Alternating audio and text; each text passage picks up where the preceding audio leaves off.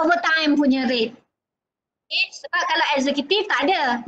You kerja overtime pun dia punya salary dia akan fix ya. Tapi kalau non-eksekutif, okay, kalau you ada buat overtime, dia ada bayar.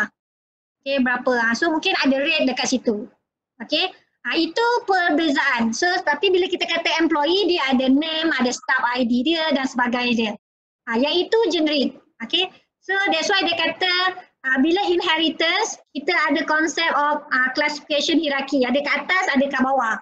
So yang dekat atas tu you punya base class, yang store you punya generic, you punya general. Okay, and then yang kat bawah tu subclass kamu atau derived class kamu, yang itu akan store you punya spesifik yang menceritakan untuk setiap kelas tu. Okay, kalau ada 3 derived class, apakah yang membezakan di antara setiap kelas tersebut? Okay, you kena tahu.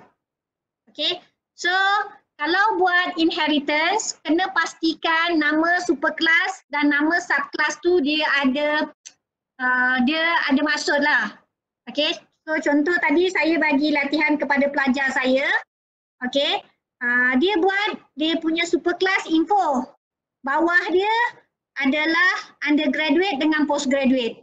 Sebenarnya info tu adalah describe tentang student. So maksudnya nama kelas kamu tu tak berapa nak kena. Okay, so kalau kamu tengok keseluruhan cerita tu, kelas yang utama adalah student, so kena letakkan nama yang betul dekat situ student. So kena pilih nama kelas yang meaningful. Okay, jangan suka-suka letak. Okay, so sebab nanti kamu kata student ada 2 jenis, iaitu undergraduate dan juga postgraduate. Itu baru betul. Okay, so kena tahu betul-betul dan kena make it familiar, dapatkan soalan yang dalam bentuk ayat dan draw sendiri you punya UML. Okay, sebab nanti final exam pun kamu ada practical part yang contribute banyak markah, 70 markah. Okay, okay, yang tu problem solving. Okay, so you kena faham lah yang itu. Okay, sebab dia akan cover class relationship until exception handling. So you must know all these things. Okay. Okay, so yang ini tadi saya dah explain. Okay. Okay, saya tak naklah cerita haiwan kan. Yang ini term saja tadi saya dah sebut. Okay, kalau class relationship tadi untuk yang aggregation, composition, hubungan dia adalah has a. Yang ini hubungan dia adalah is a. Okay. So, kejap saya tak nak yang ini. Okay. So saya terus kepada yang ini. Okay. So in terms of dia punya simbol dalam UML class diagram, yang ini sebenarnya dia akan gunakan arrow, open arrowhead. Okay. Dia bukan hitam Dia triangle dan dia kosong. Okay. Kalau aggregation dengan composition, yang itu kamu pakai diamond. Okay. Kalau association kamu pakai arrow. Dia ada perbezaan setiap satu. Okay, so kalau yang ini yang dekat atas tu, ni dalam bentuk hierarki. Okay, yang dekat atas tu itu adalah you punya base class ataupun you punya super class. Yang dekat bawah ni undergraduate dengan postgraduate ni, yang ini adalah kamu punya derived class ataupun subclasses. Okay, so undergraduate dengan postgraduate ni adalah extended daripada base class kamu iaitu student. Apa maksud extended? Okay, kalau tadi saya kata dalam kelas student ni ada nama, ada matrix number. So, kalau kita rujuk kepada undergraduate pun nanti dia ada nama, dia ada matrix number. Okay, dia punya extra dia apa? Contoh dalam undergraduate ni kita ada academic advisor. Okay, so academic advisor, so penasihat akademik kamu ada tambah satu. Kalau kita kata undergraduate, dia ada satu add-on ciri tambahan dia, iaitu dia ada maklumat berkenaan dengan academic advisor. Okay, tapi kalau kita pergi kepada postgraduate, mungkin tak ada lah academic advisor ataupun mungkin ada juga. Kalau kedua-duanya ada academic advisor, jadikan dia sebagai data members bagi kelas student. Okay, yang ada dekat bawah ni, kalau kamu letak kat undergraduate ada, dekat postgraduate mesti tak ada. Itu maksud dia spesifik. Okay. Kalau dua-dua ada, jadikan dia sebagai generic. Okay, jadikan dia sebagai data members kepada kelas student. Okay, itu maksud dia. Okay, so kat sini dia akan, bila kita kata extend, dia akan tambah. Whatever yang student ada, dia akan tambah extra apa yang dia ada. Contoh lain, kalau saya nak cerita pasal diri kita. Okay, katakan parents kita, mak kita. Okay, hidungnya mancung. Okay, kulitnya putih. Okay, so kita inherit daripada parents kita. So kita pun dapatlah hidung mancung, kulit putih. Okay, tapi bezanya kita dengan parents kita ada ciri-ciri lain. Okey, ciri tambahan untuk saya, contoh saya apa okey, dagu saya lekuk. Okey, so itu extra, spesifik untuk saya. Okey, mungkin abang saya tak ada pula. Abang saya rambut dia ikal. So nanti kakak saya lain pula. So maksudnya itu spesifik. Tapi untuk tiga orang adik-beradik saya ni semuanya hidungnya mancung, kulitnya putih. Itu sama. Itu maksud dia. Okey. So extendednya saya dagu lekuk, abang saya apa tadi saya pun dah lupa, rambut dia ikal, maksud dia macam itu. Okey. So kamu boleh faham macam mana bila kamu nak draw UML kamu nanti, kalau inheritance mana yang sama, yang menceritakan berkenaan dengan subclass kamu, semua sama, yang itu semuanya kamu akan letakkan dia dalam base class. Okey, yang tak sama baru letakkan dia dalam subclass kamu. Okey. Itu dari segi macam mana nak separatekan dia. Okey. So dari segi penulisan, untuk base class tak ada apa-apa. You define dia macam kelas yang biasa. Okey. Yang lainnya cuma pada subclasses ataupun pada you punya derived class yang you extend ni. Okey. So dekat sini you kena specify. Dan pada class header kamu kena specifykan dia. Class undergraduate, okay, kalau kamu kata yang dia ni extended from the class student, kena specifykan dia. Okay, kena letakkan colon, ni dekat class header, colon, okay. Kemudian dia ada modifier dekat situ. Okay, modifier dekat sini, yang ini kita namakan inheritance modifier. Okay, access modifier dia. Okay, so yang ini kamu kena nyatakan sama ada kamu nak letak public, private ataupun protected. Okey, kalau dia tak nyatakan apa-apa, dia tak cakap inheritance modifier dia apa, by default kamu letaklah dia public. Okey, sebaiknya letak public supaya semua modifier dalam kelas nanti dia remain seperti yang seadanya. Kalau tak nanti dia akan downgrade. Okey? And then student ni, yang ini adalah nama base class kamu. You nak extended from which class? Okay, you kena specifykan. Okay, so itu yang kamu kena letak. Okay, ini the way macam mana nak implementkan konsep inheritance. Okay, so dekat you punya class header, bagi you punya subclass, kena specifykan okay, bahawa subclass ini extended from class mana dan nyatakan sekali dia punya inheritance modifier. Kita ada 3 dekat situ.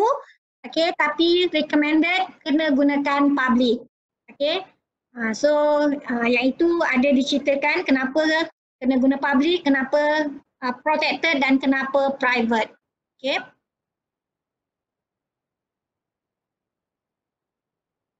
Okay, yang ini in terms of ownership dengan accessibility, faham tak? Yang itu yang saya confuse. Oh, yang ni confuse. Okay. Okay. Sebab confuse saya explain lah. Okay. Okay. So, bila kita kata berkenaan dengan child ni actually your subclass tu lah. Subclass ke derived class. Okay. So, bila you create object bagi you punya derived class ataupun subclass, so actually dia ada apa? Okay. Okay, kita ada 2 term dekat sini. Satu own ataupun has. Satu lagi apa yang boleh kamu capai, access, okay, ataupun tidak, okay. Apa yang boleh kamu capai dan apa yang boleh kamu guna, okay. So, bila kamu declare kamu punya base class ni, okay, biasanya kamu kalau kamu apply konsep data hiding, dia mesti ada private, dia mesti ada public, betul? Dan sekarang untuk inheritance kamu ada satu lagi, protected, okay. So, sekarang ni Apa beza di antara has dengan access ataupun use? Okay. So kalau kita kata has, okay, apa-apa yang kamu define dalam kamu punya class student ni, kamu akan ada. Kamu has lah, kamu own.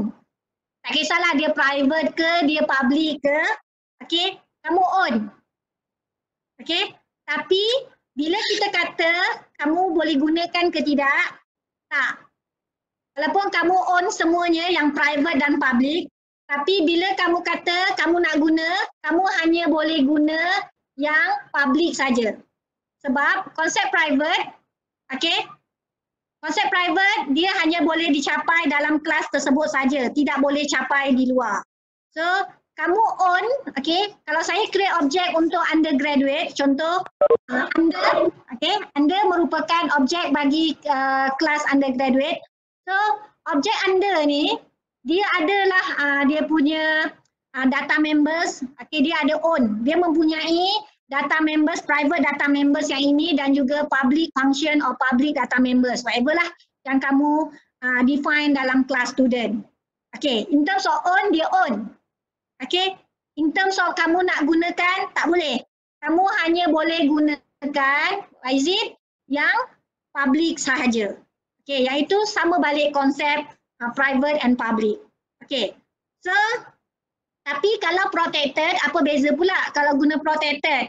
Kalau guna protected, okay, dalam derived class ni, kamu tak boleh capai data members yang private bagi kelas student. Tapi untuk protected, kamu boleh capai directly. Okay, itu perbezaan. Protected, kamu boleh gunakan dalam derived class. Okay, kamu boleh capai dia directly. Tak perlulah nak friend bagai, okay, terus je. Okay. Itu cara dia. Okay. So itu perbezaan di antara own. Sebab tu dia kata kat sini, okay, an object of derived class has all members defined in child class. Saya tak highlightkan yang ini, of course. Bila kamu define dekat sini, yang ini semua belongs kepada kamu. Okay. Okay. Dan all members declared in parent class. Dan apa jua yang kamu declare dekat sini. Itu maksud has ataupun own. Ini in terms of ownership. Okay, yes, kamu punyai dia. Tapi adakah kamu boleh guna ke tidak? Tak. Tak semua yang kamu boleh guna. Objek bagi derived class hanya boleh menggunakan ataupun hanya boleh mencapai all public members defined in child class and then all public members defined in parent class. Okay, ini maksud dia. Okay, so kalau saya tadi create objek anda, dia hanya boleh capai yang public dalam kelas undergraduate dan yang public dalam kelas student. Itu sahaja. Yang lain tidak boleh. Okay? Okay, sebab kita tahu konsep data hiding, okay, public saja yang boleh dicapai di luar kelas. Sekarang dia bercerita berkenaan dengan objek. Okay, so biasanya kamu akan create objek di luar kelas. Okay? Okay, so ini konsep of protected. Okay, Fatimah tadi okey tak? Okey, faham yang tu. Okay, boleh bezakan di antara own dengan access? Own semua. Tak kisah private, protected ataupun public. Okay, tetapi bila kita kata nak guna, kita refer yang public saja. It doesn't matter either public data members, okay, ataupun public attributes ataupun public function. Okay, boleh Boleh. Boleh yang ini?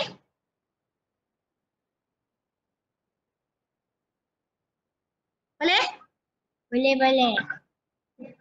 Okay. Yang protected ni okey tak? Dah okey belum? Lecturer kamu dah explain, dah okey belum?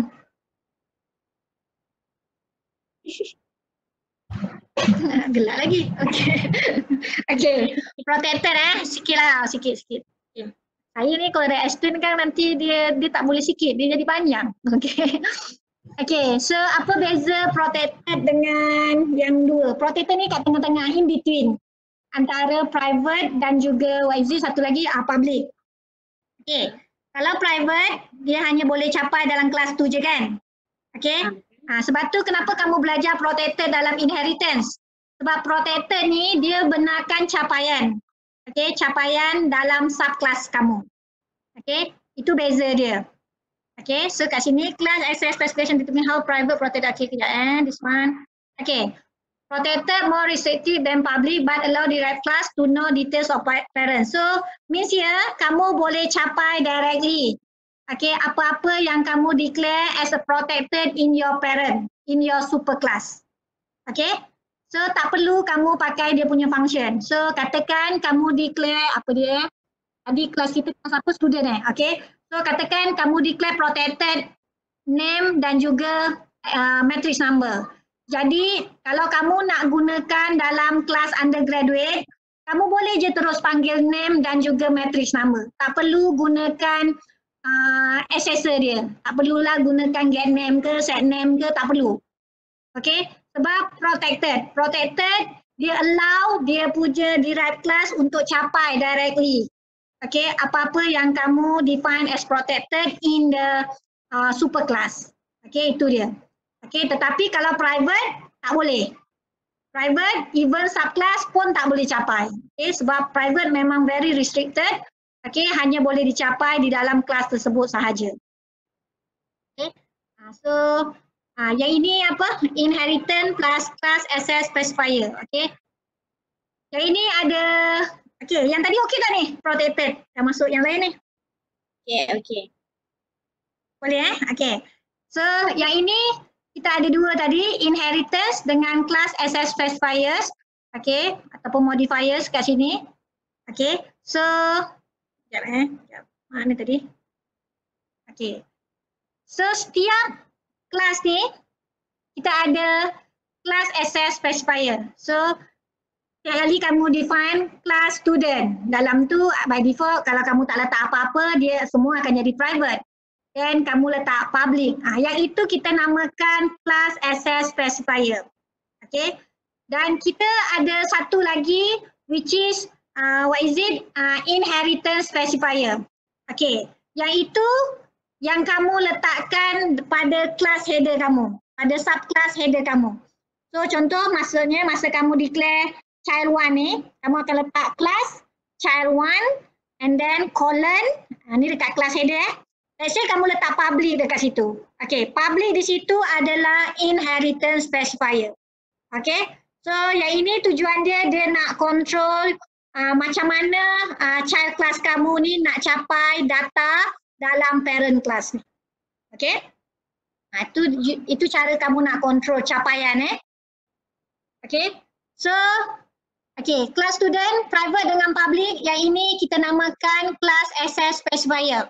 Okay, yang dekat class header ni public yang ini kita namakan dia sebagai inheritance specifier. Seperti yang saya katakan tadi, kalau soalan ataupun problem tak specify, okay, nak letak apa inheritance specifier kamu, letaklah dia public. Okay, tujuannya kalau kamu letak public, dia akan kekal. Okay, yang dekat atas ni dia akan kekal seperti apa yang kamu declare ni. Private, public. Okay. Tetapi kalau kamu letak protected, apa kesan dia terhadap capaian yang dekat atas ni? Kesan dia yang private akan kekal private sebab private dia punya capaian adalah lebih rendah berbanding protected.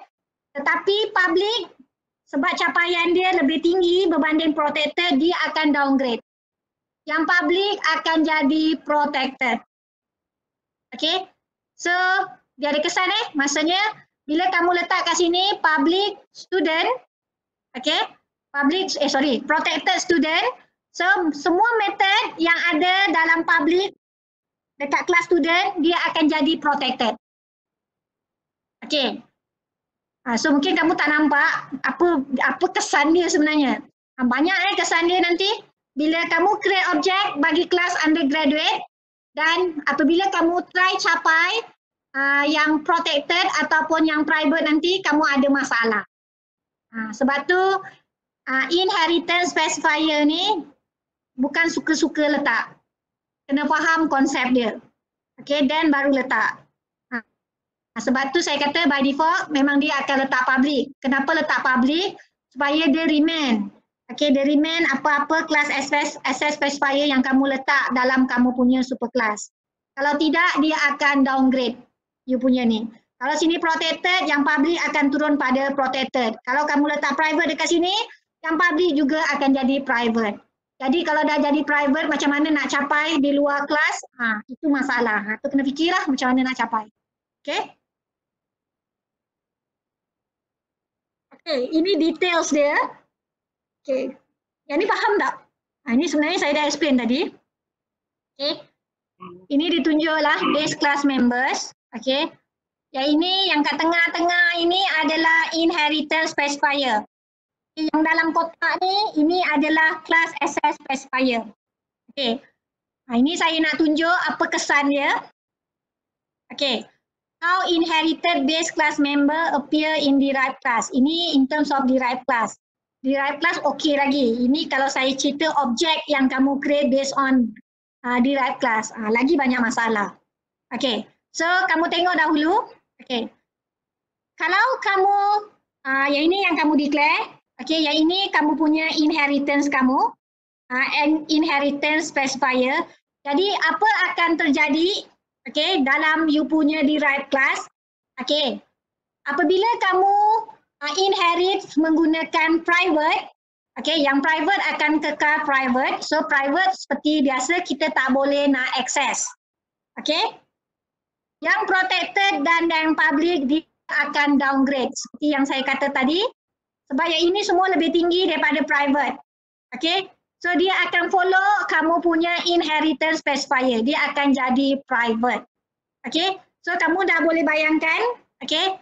So sekarang ni Y dengan Z dia dah jadi private bagi kelas derived ni. Okay. Jadi kalau saya create objek untuk derived class ini, adakah saya boleh capai Y and Z? Tak. Boleh capai atau tidak? Tak boleh. Itu kesannya. Okay, itu kesannya. Okay. Okay, so same goes to protected here. Kamu tengok, okay, private dia kekal sebab dia bawah, so dia seperti seadanya lah. Okay, so dia tak boleh dicapai. Yang protected, dia akan remain protected. Okay, so yang public, okay, dekat sini dia akan downgrade kepada protected. Okay, so protected juga kamu tak boleh capai outside the class. Dia hanya boleh dicapai dalam you punya subclass. Okay, so next yang public, that's why saya kata kalau kamu nak remain benda yang sama, okay, so letak saja public. Okay, yang ini dia cakap appear, okay, so sama ada boleh capai atau tidak. So bila boleh capai atau tidak, X of course tak boleh dicapai sebab dia private. Okay, protected, kamu boleh capai, yang ini boleh capai, dia kekal protected dan yang ini public. So kalau saya create objek untuk derived class ini, kali ini saya boleh capai Z.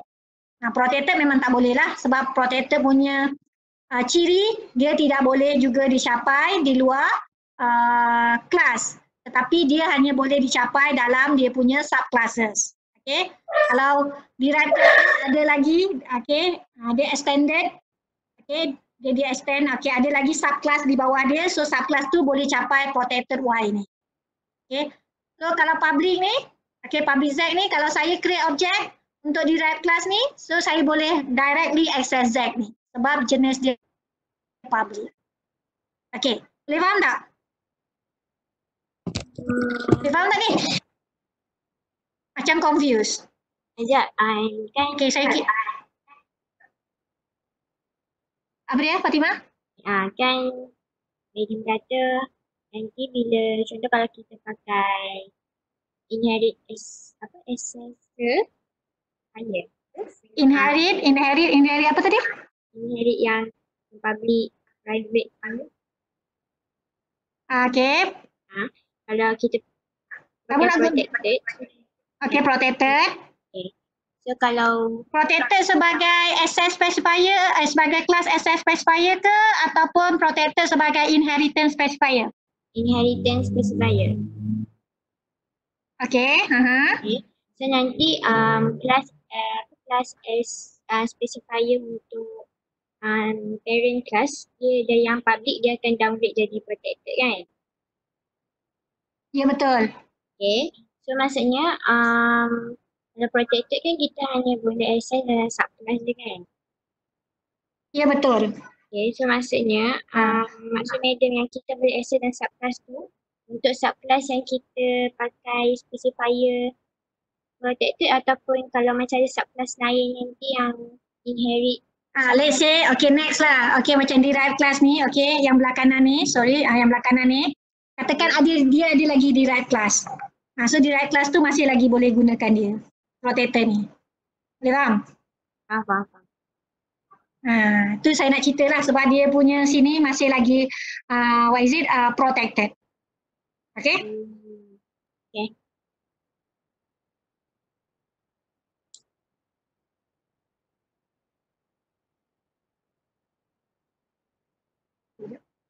Okay? Okay. Okay, so yang ini berkenaan dengan what is it, accessibility dengan ownership lah yang tadi. Dan kamu jangan confuse Satu capaian yang boleh dibuat dalam kita punya subclasses dan satu lagi capaian yang dibuat oleh objek. Okay, so yang tu jangan Okay, object owns all members from the class it was created from. Okay, in terms of own, yang ni yang saya kata tadi, it doesn't matter either dia private, public or protected, semua objek akan owns all members. Okay, tetapi instead of this object can access or not, dia hanya boleh access yang public member saja. Okay, yang tu you kena faham.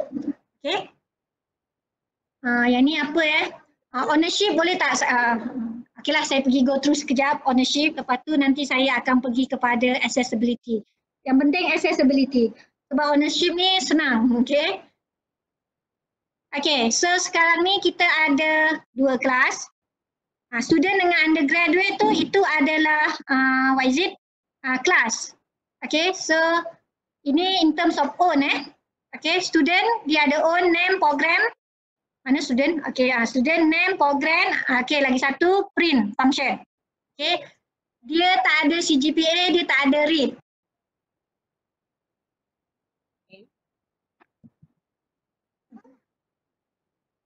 Okay, apa tadi nak cakap? Okay, sorry gangguan. Okay, so untuk inheritance, konsep inheritance dalam programming ni dia pelik sikit Okay, so child semua boleh ambil parents dia punya. Okay, parents tak boleh ambil child punya. Okay, so dalam kes ni CGPA dengan read adalah belongs kepada child.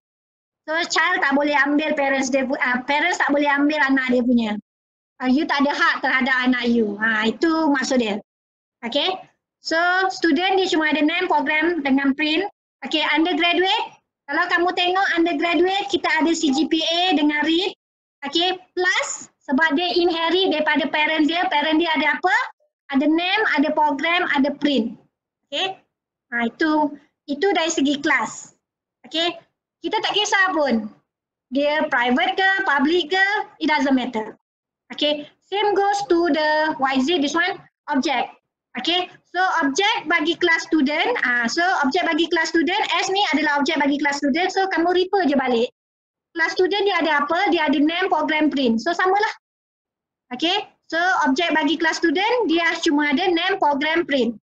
Okay, begitu juga untuk undergraduate, U, untuk objek U, this one adalah objek bagi undergraduate.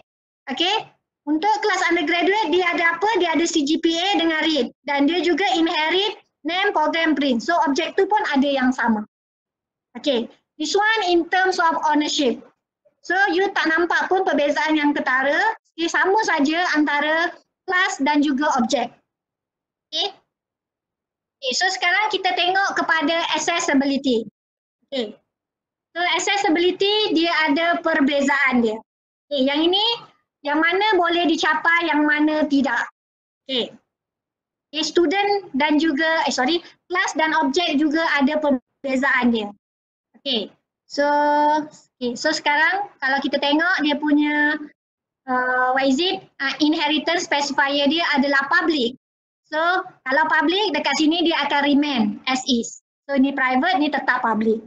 Okay. So kalau kamu nak tengok sebelum kamu check dia punya ownership dan juga accessibility, tolong tengok dia punya inheritance specifier dulu. Okay. So yang tadi, okay, dari segi capaian untuk kelas student, of course ni dalam kelas dia boleh capai semua dia punya name, program dan print. Okay, again CGPA dengan read tak boleh sebab not belongs kepada dia punya, so dia tak boleh capai sebab ini okay, outside the class. So kalau nak capai even yang public, okay, read ni public, okay, tapi kamu tak boleh directly access. Okay, kalau nak capai mesti menggunakan objek bagi kelas undergraduate, otherwise kamu tak boleh capai. Okay. Okay, so kalau kamu ada hubungan, contoh composition dengan undergraduate ni, contoh. Okay, so bolehlah kamu capai read ni, tak ada masalah. Okay. Sebab dia nak capai, dia tak boleh terus you panggil read dalam sini. Contoh, you nak cetak program, contohlah, okay, kamu terus panggil read dekat sini dalam print function ni. Tak boleh. Okay, kena ada objek bagi kelas read, baru boleh panggil. Objek bagi kelas undergraduate. Sorry lah, dah bercampur-campur saya cakap. Okay, so untuk kelas undergraduate, okay, mula-mula kita tengok dahulu, okay, dalam kelas ini kita ada apa? CGPA dan juga read function. Okay, yang ni tak ada masalah sebab dia memang dalam kelas ni, so dia boleh dicapai directly. Okay, so untuk capai yang dia inherit daripada dia punya base class iaitu student, okay, kita hanya boleh capai yang public saja. Dalam kes ni public sajalah. Okay, yang private tak boleh. Okay, sebab private tak boleh diakses di luar kelas dan juga di luar dia punya kelas ataupun di dalam dia punya subkelas. Okay, so yang boleh dicapai hanyalah print saja. Okay, so kalau dekat sini, okay, katakan dalam constructor ni kamu panggil print, boleh. Tak jadi, tak error lah. Okay, dia boleh access directly. Okay, so manakala untuk objek, okay, nampak perbezaan? Okay, S adalah objek bagi kelas student. Okay, bila objek ni kamu create outside daripada student, class student definition. Okay, jadi objek ini hanya boleh capai yang public sahaja, iaitu okay, S adalah objek bagi kelas student. Tengok dalam kelas student, okay, dia hanya boleh capai yang public saja, iaitu print saja. Okay, name dengan program tak boleh. Okay, sebab dia private. Okay, same goes to the this one, objek bagi kelas undergraduate. Okay, bagi kelas undergraduate saya akan refer kepada sini. Yang public adalah read. So saya boleh capai read. CGPA tak boleh sebab dia private. Okay, dia inherit okay, daripada kelas student dan dia capai secara public kat sini. Dia inherit secara public. So kamu tengok saja yang public dalam kelas student. Dalam kelas student yang public adalah print. So dekat sini kita boleh capai dia. Objek ni boleh capai print. Okay, yang private juga kita tak boleh capai. Okay, itu maksud, itu perbezaan di antara accessibility dengan ownership. Okay. So, okay. So yang ini perbezaan sedikit berkenaan dengan ownership. Okay. Ini ownership. Okay. Yang ini accessibility, sorry. Accessibility. Okay. Accessibility tadi, okay. Kamu tadi yang private, okay. Kamu tak boleh capai. Okay. Kamu tak boleh capai dalam kelas undergraduate.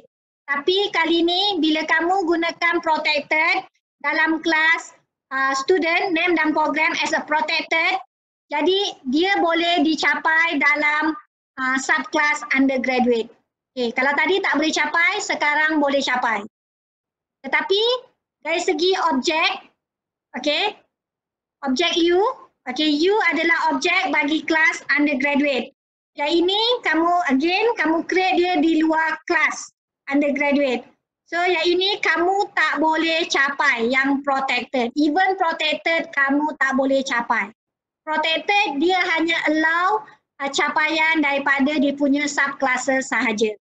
Okay, bukannya daripada semua kelas yang outside tu. Dia bukan macam public, dia tak sama. Okay, so that's why still tak boleh capai through dia punya objek. Tetapi dia boleh capai daripada dia punya subclasses. Itu perbezaan dia. Okay.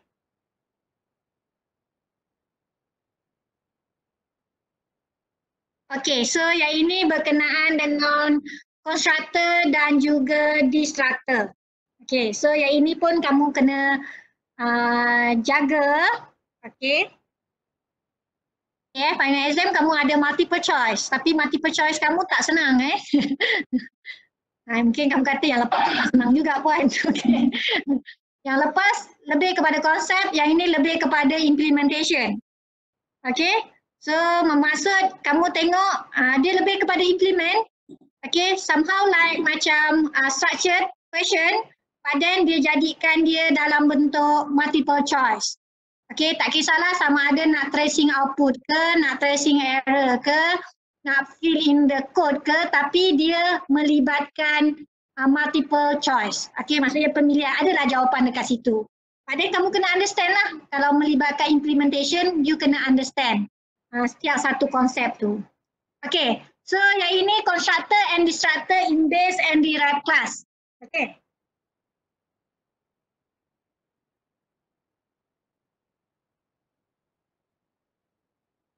Okay, base class tak jadi masalah.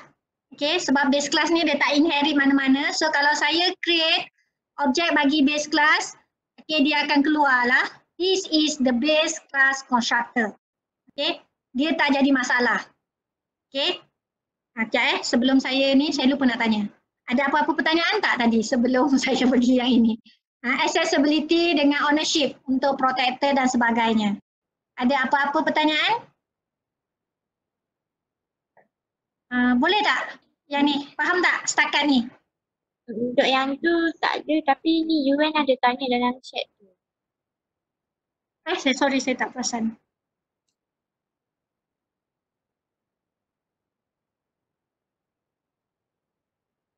Oh, redefining base class. Okay, ini letter kat ujung. Okay, sabar kemudian sebab yang itu ada, nanti saya akan highlightkan di hujung, redefining base class function. Okay, saya boleh jump kalau saya nak ke situ, tapi yang lain boleh ke carry?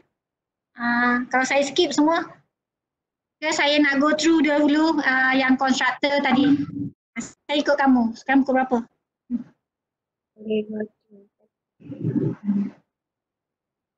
Okay, so kita okay. Kita go through dulu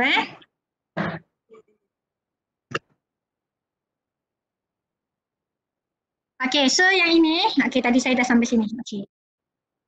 Okay. So yang ini kena faham balik konsep constructor, destructor. Okay. So again, okay, constructor kita akan panggil, bukan kita, compiler akan panggil setiap kali kamu creating your object. Okay. Okay. So kalau kamu create objek bagi base class, yang ini tak jadi masalah. Okay. Yang ini tak jadi masalah. Dia problem dia bila kamu create derived class. Okay. Yang ni kamu kena faham. Okay. So kalau kamu tengok sekarang ni, okay, dia tak ada apa-apa pun sebab kalau kamu tengok kedua-dua kelas kamu, base class dan derived class, kedua-duanya melibatkan default constructor sahaja. Okay. Dia tak melibatkan parameter. Okay. Saya beritahu dahulu kat sini. Okay. Line 42, bila kamu create satu objek bagi derived class, okay, yang ni kamu tak pass any value kan? Okay. So bila kamu tak pass any value, apa maksudnya? Dia akan pergi ke line 27. Okay, sebab kamu create the object untuk derived class. Tetapi sebelum dia masuk line 28 ni, okay, sebelum dia buat okay, the body of the subclass constructor ni, dia akan panggil dahulu constructor untuk base class. Okay. Kalau kamu lihat dekat line 27 ni, dia tak panggil pun, kamu kata. Okey, kalau kamu tak specify, by default dia compiler akan panggil default constructor bagi you punya base class. Okey, dia sepatutnya dia kena letak dekat sini. Okey, line 27 ni. Okey, sekiranya dekat base class kamu, kamu tak provide what is it? This one, what is it? Apa dia? Default constructor, kamu hanya provide dia punya constructor with arguments. So dekat bawah ni kamu kena panggil, otherwise dia akan jadi error. Okay, apa benda lah Puan Liza cakap ni bebel-bebel. Okay. Sekejap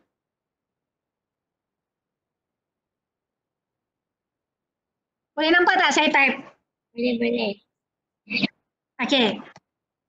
Okay, so katakanlah dekat atas ni saya buatlah int m. Okay. Adalah dia punya body dia ni. Okay, essay dia punya body dia, saya just buat cout m.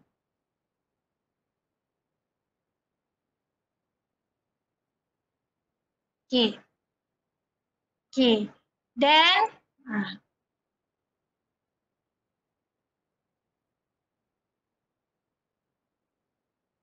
yang ini.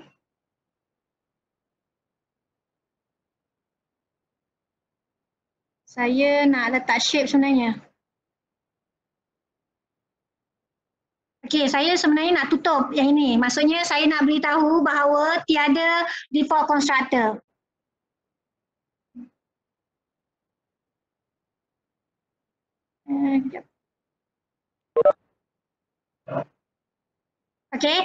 Okay, let's assume base class kamu tiada default constructor. Okay, default constructor tak ada, yang ada adalah hanyalah what is it, base this one. Okay, constructor with argument. Okay, so apabila cuma ada macam ini, then bila tadi kamu create satu objek iaitu derived class, okay, kamu tak provide constructor default constructor untuk you punya base class, apa akan terjadi? Dekat sini dia akan jadi error. Okay, dekat sini akan jadi error. Okay, kalau kamu tak provide default constructor, cuma ada one argument constructor for your base class ni, dia akan jadi error. Sebab kalau kamu tak specify pada line 27, kamu just type saja begini. So by default compiler akan panggil default base class constructor. Okay.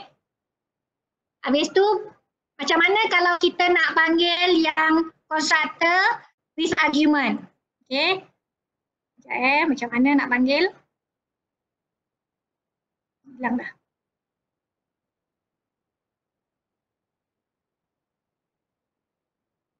Sekejap.